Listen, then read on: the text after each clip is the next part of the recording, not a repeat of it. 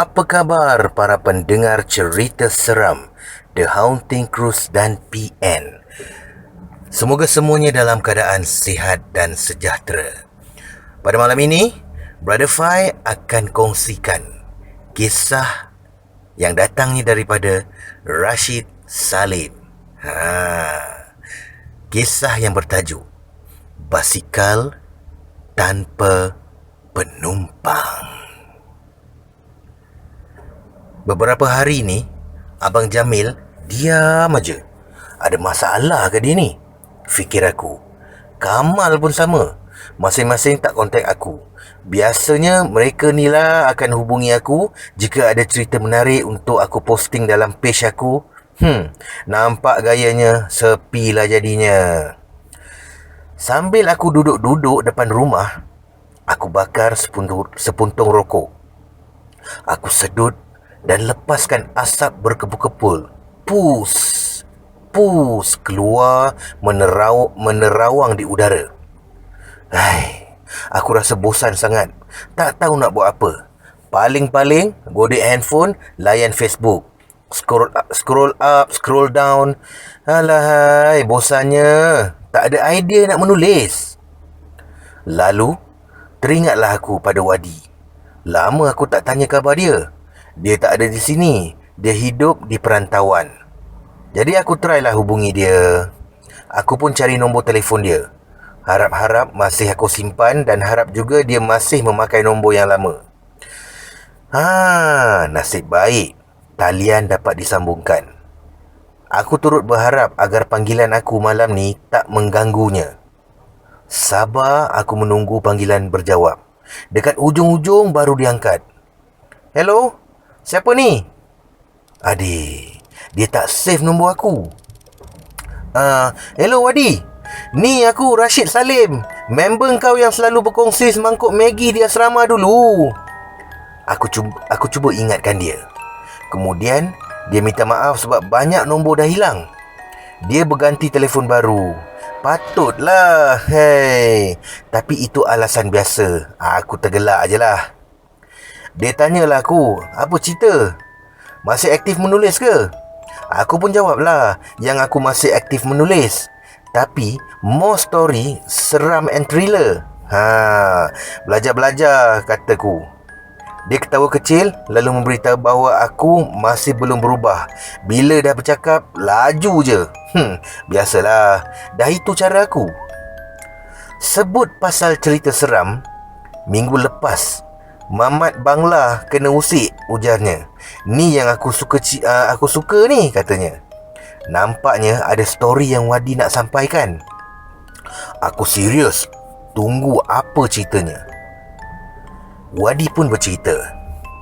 Dekat kilang dia kerja tu, ramai pekerja asing. Mereka yang kerja shift malam selalu kena usik. Hasan, nama pekerja Burma tu, balik dengan kawannya seorang lagi. Mereka tunggang motosikal untuk balik ke hostel ikut jalan pintas. Jarang orang nak lalu jalan dekat lorong tu, tapi mereka buat berani kerana merasakan tak ada apa-apa yang pelik lah. Bila tiba dekat satu lorong yang agak gelap, tiba-tiba dia nampak basikal bergerak di tepi jalan tu. Tapi tak ada penunggang pun. Ia berkayuh sendiri. Mereka ni berkira-kira sama ada nak pintas ke tak. Diorang berhentilah motosikal tu. Biarkan basikal tu terus maju ke depan. Apabila motosikal berhenti, basikal tu pun ikut berhenti juga. Naik seram mereka masa tu. Nak patah balik, maka kena lalu ikut jalan yang jauh sikit. Nak tak nak, mereka pacutlah pintas basikal tu. Tiba-tiba, selepas pintas, dia nampak basikal yang sama tu pun laju juga. Tahu-tahu je dah dekat kat sebelah. Mereka pun apa lagi, berpatah semula dan lalu ikut jalan jauh. Sejak dari itu, tak berani nak lalu jalan tu lagi. Menurut Wadi, bukan pekerja tu saja, malah ramai juga yang terserempak basikal tanpa penunggang tu. Nak buat macam mana? Dah nasib mereka dapat jumpa. Wadi cerita mengikut apa yang Hasan tu beritahu lah. Kalau Hasan bohong, maka bohonglah Wadi. Itu je lah.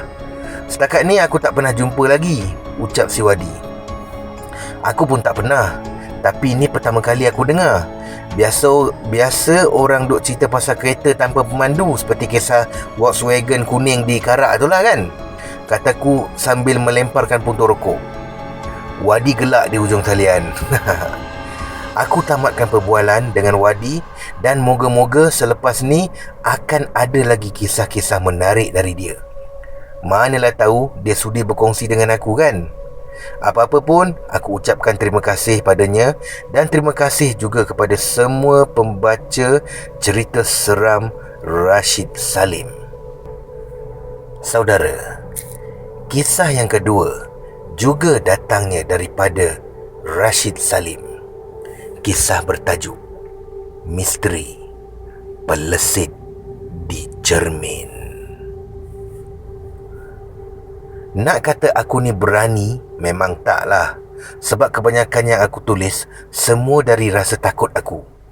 Aku dekat sini penakut dengan bayang-bayang sendiri.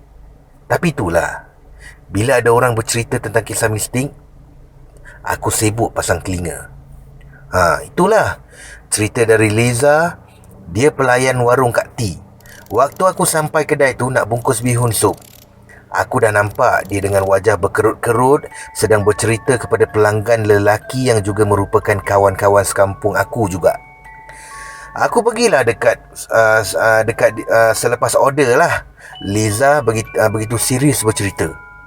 Mulanya aku tak tahu kisahnya, tapi bila dengar betul-betul, dia cakap pasal hantu.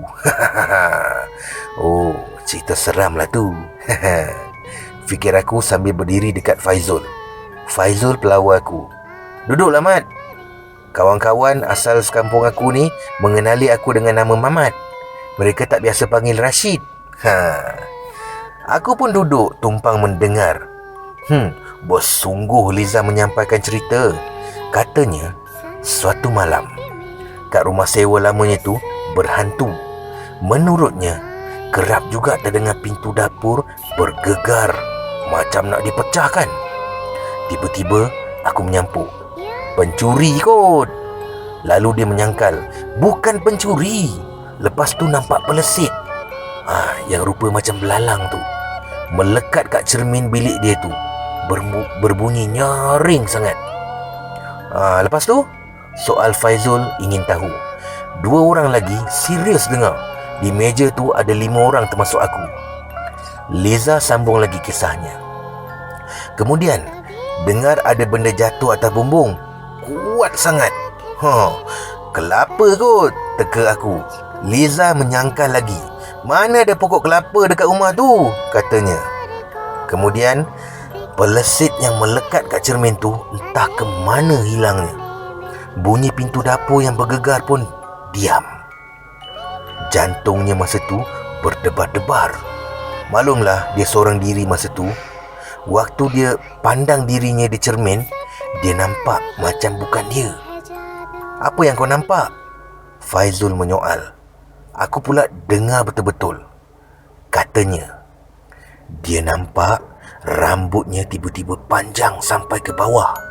Mukanya lebam-lebam menggerutu. Tangannya pula nampak buruk. Dia memejamkan mata dan menekup wajahnya. Kemudian dia tak sedar apa yang berlaku sehinggalah dia dibawa berubat kerana keadaan jadi berlarutan. Liza dah macam kena sampuk. Rumah mana yang kau sewa tu? Soal aku. Rumah yang dekat parit belakang tu, balasnya. Aku terkedu. Tak sangka pula rumah tu berhantu. Patutlah tak lekat penyewa dia. Faizul dan yang lain turut tergamam. Mereka tahu akan rumah tersebut, tetapi tak pula mengetahui yang kisah mistik di sebaliknya. Bihun sup yang aku order dah lama siap. Dah kembang agaknya. Bihun tu tak apalah. Okey, sekian.